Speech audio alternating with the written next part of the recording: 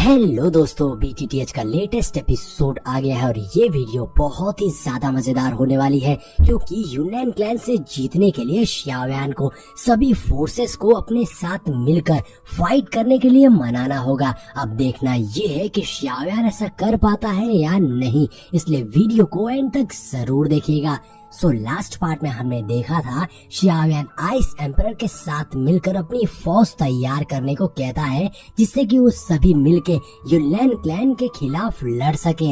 अब एपिसोड की शुरुआत होती है इंपीरियल कैपिटल में xiaoyan और आइस एम्परर यानी कि मिस्टर हाई को दिखाते हुए। xiaoyan कहता है कैपिटल में लगभग सभी फोर्सेस से हमारी बात हो चुकी है, बस हमें एल्केमिस्ट एसोसिएशन से बात करनी होगी और आज मिस्टर हाई ने इस मीटिंग को अरेंज कर दिया है और इसके लिए xiaoyan उनसे कहता है कि आप हमारे लिए कितना कुछ कर रहे हैं, जिस पर मिस्टर हाई कहते हैं ये सब तो कुछ भी नहीं है। अगर हमें यूनियन क्लैन से जीतना है तो एक इंसान से बात करनी होगी, डैन वैंग गू है। ये नाम सुनकर xiaoyan शॉक हो जाता है। डैन वैंग गू है 6 ऑर्डर का एल्केमिस्ट है और अगर उसने यूनियन क्लैन का साथ दिया तो टॉप 10 में से कम 5 से ज्यादा एम्परर्स उसी का साथ देंगे। अब यही बात करते हुए ये दोनों हॉल की ओर जा रहे थे जहां आज मीटिंग होने वाली थी। तभी xiaoyan को सामने याफे दिखाई देती है और जब याफे की नजर xiaoyan पर पड़ती है तो उसे देखकर वो खुश हो गई थी और उसके पास आकर कहती है लगता है कि आप दोनों बिल्कुल तैयार हैं। यहाँ xiaoyan बहुत ध्यान से याफे को देखने लगता है तो याफे शर्माते हुए xiaoyan से पूछती तुम मुझे ऐसे क्यों देख रहे हो, जिसमें xiaoyan कहता है आज से 3 साल पहले जब मैं मुश्किल में था तो आप लोगों ने अपने जान की बाजी लगाकर मेरी मदद करी थी, वो एहसान मैं कभी नहीं भूलूंगा। लेकिन याफे अगर तुम्हें मेरी कभी कोई जरूरत हो तो मुझे बता देना, मैं तुम्हारी मदद जरूर करूंगा, फिर चाहे तुम एम्प्रेस क्यों ना बनना चाहो। जिस पे याफे मुस्कुराते हुए कहती है मुझे एम्प्रेस बनने का कोई इंटरेस्ट नहीं है, लेकिन अभी मैं बस इतना चाहती हूँ कि इस मीटिंग में बहुत सी फोर्सेस आएंगी इसलिए तुम केयरफुल रहना। तभी वहाँ पर मेडुसा और जियान आती है जिसे देखकर याफे पूछती है ये कौन है, जिसपे xiaoyan बताता है ये मेरी फ्रेंड है। यहाँ xiaoyan मेडुसा का नाम काइलिन बताता है जिसपे याफे कहती है काइलिन तुम तो बहुत ही खूबसूरत हो, कोई शक नहीं है कि इसीलिए तुम xiaoyan के साथ हो। अब याफे की ऐसी हरकतें देख xiaoyan सोचने लगता है कि याफे कुछ अजीब बिहेव कर रही है।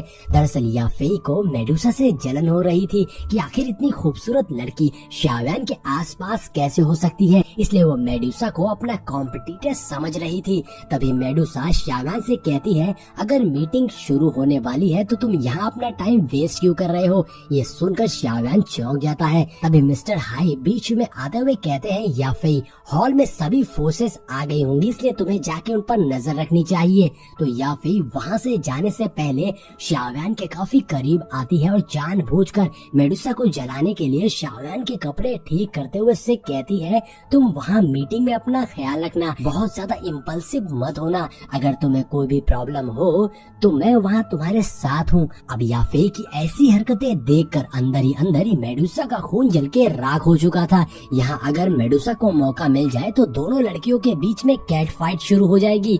अब अपनी बात पूरा करने के बाद याफे वहाँ से जाने लगती है और कहती है अगर मुझे यूनियन क्लैन की कोई भी खबर मिली तो मैं तुम्हें बता दूंगी। जिसके बाद xiaoyan मेडुसा से चलने को कहता है तो मेडुसा कहती है एल्केमिस्ट एसोसिएशन ही तो जाना है, मैं खुद चली जाऊंगी। ऐसा कहते हुए मेडुसा मुंह बनाते हुए वहाँ से चली जाती है, जिसपे xiaoyan कहता है अब इस लड़की को क्या हो गया। तो मिस्टर हाई कहते हैं लगता है ये लड़की जेलस है। तो xiaoyan कहता है अब हमें भी चलना चाहिए।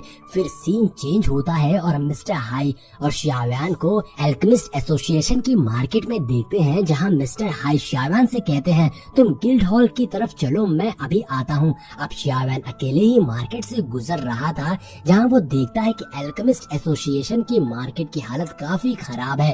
तभी xiaoyan को एक लड़की की आवाज सुनाई देती है जो कह रही थी मैंने पहले इस आइस फायर स्नेक फ्रूट को खरीदने का ऑर्डर दिया था तो तुम क्यों बीच में इंटरफेयर कर रहे हो। अब xiaoyan जैसे ही उस लड़की को देखता है तो पहचान जाता है कि ये तो जूमी है जो अपने सामने खड़े एल्केमिस्ट हॉल के एल्डर से बहस कर रही थी। यहाँ वो एल्डर जिसका नाम फुयान था कहता है मैंने इस आइस फायर स्नेक फ्रूट का का प्राइस 5000 गोल्डन कॉइन्स दिया है। अगर तुम्हें ये चाहिए तो तुम्हें इससे ज्यादा देना होगा, नहीं तो ये मेरा हुआ। अब इन दोनों की बहस देखकर वहाँ खड़े लोग आपस में बात करने लगते हैं। ये लड़की तो बहुत ही डेयरिंग है जो एल्डर फुयान से बहस कर रही है, जो 5th ग्रेड के फार्मिस्ट हैं। लेकिन यहाँ यूमी को 10,000 गोल्ड कॉइन बहुत ज्यादा लग रहे थे। तभी शाओयान आगे आते हुए कहता है, मैं इस ice fire snake spirit fruit के 10,000 गोल्ड कॉइन दूंगा। जो सुनकर सब हैरान रह गए थे। शाओयान को देखकर शूमी शॉक हो गई थी। शूमी धीरे से शाओयान को कहती है, तुम कब लौट आए,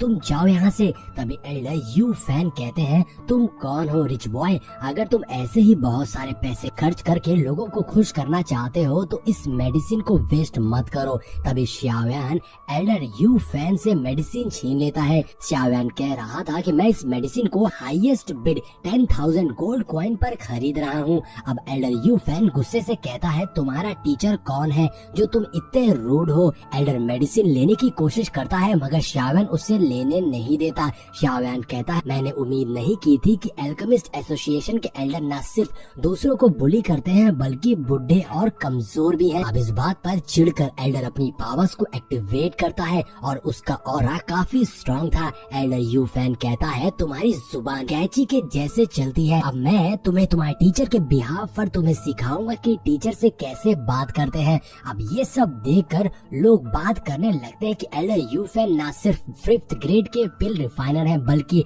डाओ वैंग से भी ज्यादा पावरफुल है। ये लड़का तो गया। इधर एल्डर जैसे ही शाओयान पर पंच से अटैक करते हैं, शाओयान उसे एक ही हाथ से पीछे फेंक देता है। अब गुस्से से एल्डर दोबारा अटैक करने उठते हैं, तब तक शाओयान तेजी से आकर उस एल्डर का गला पकड़कर उन्हें उठा देता है। अब ये देखकर सभी शॉक रह गए थे। शाओयान कहता है, अभी तुम इतने काबिल नहीं हो कि मेरे टीचर बनो और मुझे सबक सिखाओ। अब तो तुम्हें अक्ल आ गई होगी, नहीं तो मुझे डर है कि आज इस दुनिया से एक 5th ग्रेड पिल रिफाइनर कम हो जाएगा। तभी वहाँ एक ओल्ड मैन आता है जो कह रहा था, शाओयान कितने दिन बाद तुम्हें देख रहा हूँ। इधर शूमी कहती है, पिछले 3 साल में शाओयान ने काफी नाम कमा लिया है। शाओयान तो अब बहुत पावरफुल हो गया है। इधर ओल्ड मैन कहता है, यहाँ जो हुआ मैं इसे हैंडल कर लूंगा, तुम फिक्र मत करो। उधर हॉल में सब तुम्हारा वेट कर रहे हैं, तुम्हें चलना चाहिए। तो शाओयान शूमी को वो हब देकर हॉल में जाने लगता है। अब हम हॉल का सीन देखते हैं जहाँ अलग अलग फैमिली के पैट्रियार्च बैठे थे। तभी वहाँ शाओयान आ जाता है जो कह रहा था कि आप सबको पिछले 3 साल से नहीं देखा, आप सबको ठीक देखकर खुशी हुई। जिस पर रॉयल फैमिली के पैट्रियार्च कहते हैं, शाओयान मैंने उम्मीद नहीं की थी कि 3 साल के एब्सेंस में तुम्हारी स्ट्रेंथ इतनी बढ़ जाएगी। मैं ये देखकर सरप्राइज हूँ, तुम सच में अमेजिंग हो। सब इसी बात से हैरान थे कि शाओयान ने ऐसी क्या प्रैक्टिस की, इतनी जल्द वो इतना स्ट्रॉन्ग बन गया। इसके बाद शाओयान अपनी सीट पर बैठ जाता है और कहता है, मैंने आप सबको यहाँ क्यों बुलाया है ये तो आप सब जानते ही हैं, इसलिए मैं इधर उधर की बातें ना करते हुए डायरेक्ट पॉइंट पर आता हूँ। अगर यूनलैंड क्लैन ने शाओ फैमिली को तबाह कर दिया तो ये खूनी लड़ाई होगी जिसका बदला लिया जाएगा। यूनलैंड सेट को खत्म करना सिर्फ मेरी शाओ फैमिली की जिम्मेदारी नहीं है, इसलिए आज मैंने आप सबको यहाँ बुलाया है ताकि हम सब मिलकर यूनलैंड सेट से लड़े और यूनलैंड सेट को उखाड़ फेंके। तो रॉयल फैमिली के पैट्रियार्च कहते हैं, यूनलैंड सेट बहुत पावरफुल है लेकिन यूनलैंड सेट का डायरेक्ट हमारे साथ कोई मसला नहीं है। जिस पर शाओयान कहता है, जब मैं वापस लौट रहा था तब मैं घोस्ट गार्डिंग पास से गुजरा था जहाँ मैं कोइंसिडेंटली यूनलैंड क्लैन के एल्डर से मिला था जो लीडर की पोजीशन पाना चाहता है। अगर वो इसमें कामयाब हुआ तो मुझे डर है इंपीरियल आर्मी यूनलैंड सेट के अंडर में आ जाएगी। अब ये सुनकर यूई शॉक होते हुए कहती है, ये कैसे हो सकता है? और इसी के साथ हमारा ये एपिसोड यहीं पर एंड हो जाता है। दोस्तों इस सीरीज का अगला एपिसोड सिर्फ 3 घंटों के अंदर हमारे चैनल पे अपलोड हो जाएगा, इसलिए चैनल को सब्सक्राइब करके बेल नोटिफिकेशन को ऑन कर लीजिए जिससे कि आपको अगली वीडियो का अपडेट मिल जाए।